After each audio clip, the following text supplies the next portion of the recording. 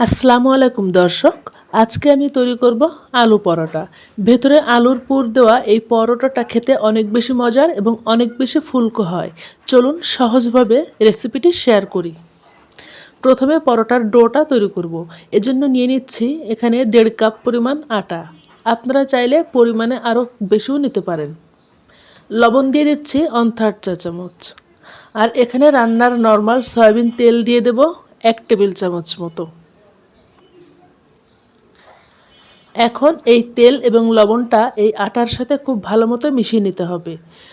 হাত দিয়ে ঘষে ঘষে খুব ভালো মতো মিশিয়ে নেওয়া হয়ে গেলে আমরা ডোটা তৈরি করব। মিশিয়ে নেওয়া হয়ে গিয়েছে, এখানে যোগ করছি উষ্ণ গরম পানি। অল্প অল্প করে পানি যোগ করব আর একটা ডো তৈরি করে নেব। একবারে বেশি পানি নিলে ডোটা নরম হয়ে যেতে পারে। উষ্ণ গরম পানি নিলে এই ডোটা অনেক বেশি সফট হবে এবং রেস্টে রাখার প্রয়োজন হবে না। ডোটা আমার তৈরি হয়ে গিয়েছে।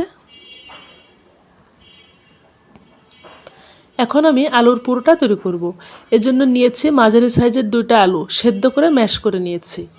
এখন এখানে লবণ দিয়ে দিচ্ছি 1/3 চা চামচ, ধনিয়া পাতা কুচি দিয়ে দিচ্ছি 1 টেবিল চামচের মতো হবে, আর চিলি ফ্লেক্স দিয়ে দিচ্ছি 2 চা চামচ।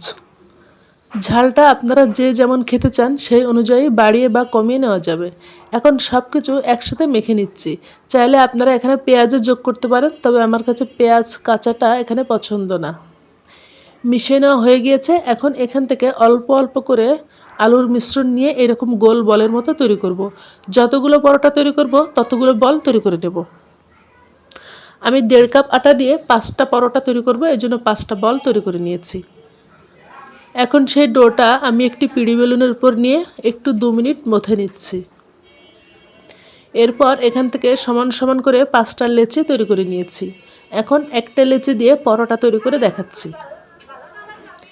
সামান্য একটু আটা ছিটিয়ে নিয়ে প্রথমে একটা পুরো করে রুটি বেলে নিচ্ছি।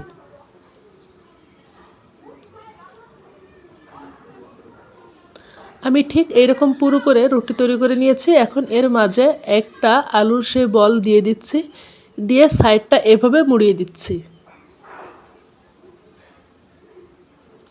আঙুল দিয়ে একটু চাপ দিলে মোটামুটি লেগে যাবে। এখন আবারও একটু আটা ছিটিয়ে নিয়ে পরোটা তৈরি করে নেব। আপনারা চাইলে আঙুল দিয়ে এভাবে চেপে চেপেও পরোটাটা ভেজে নিতে পারেন, এতে করে পরোটাটা বেশ পুরু হবে। এজন্য আমি একটু বেলে নেব, এতে করে পরোটাটা অনেকটাই পাতলা হবে। আমি উল্টে পাল্টে 2 সাইড থেকে বেলে নেব, এতে করে চারিদিকে খুব সমান হয়ে যাবে। ভেতরে আলুর পুরটা ছড়িয়ে পুরো পরোটায় কিন্তু ছড়িয়ে যাবে। আমি আর বেশি বেলে নেব না, ঠিক এইরকম সাইজ করে পরোটাগুলো তৈরি করে নিচ্ছি। সবগুলো পরোটাই এভাবে তৈরি করব। এখন ভেজে নেব। চুলায় একটি প্যান বসিয়ে দিয়ে প্রথমে তেল ছাড়া এপিট ওপিট করে 2 মিনিট মতো ভেজে নেব। 2 সাইড কিছুটা সেকে নেওয়া হয়ে গেলে এরপর অল্প অল্প করে তেল দিতে থাকব। তেল দেওয়ার পর পরোটাটা ফুলতে শুরু করবে এবং মুচমুচে হয়ে যাবে। চুলার আঁচটা মাঝারি থেকে কিছুটা কম রাখতে হবে। আমি উল্টে পাল্টে পরোটা ভেজে নেব, আর এর মাঝেই খেয়াল করুন পরোটা কিন্তু ধীরে ধীরে ফুলে উঠছে। আমি একটু কালার করে ভেজে নিচ্ছি, এতে করে অনেক বেশি মুচমুচে হবে। পরোটাটা আমার প্রায় ভাজি হয়ে গিয়েছে, লক্ষ্য করুন দেখতে কতটা আকর্ষণীয় হয়েছে। রেসিপিটি ভালো লাগলে বাসায় একবার হলেও ট্রাই করবেন। এখন আমি একটা পরোটা কেটে এর ভেতরটা শেয়ার করছি।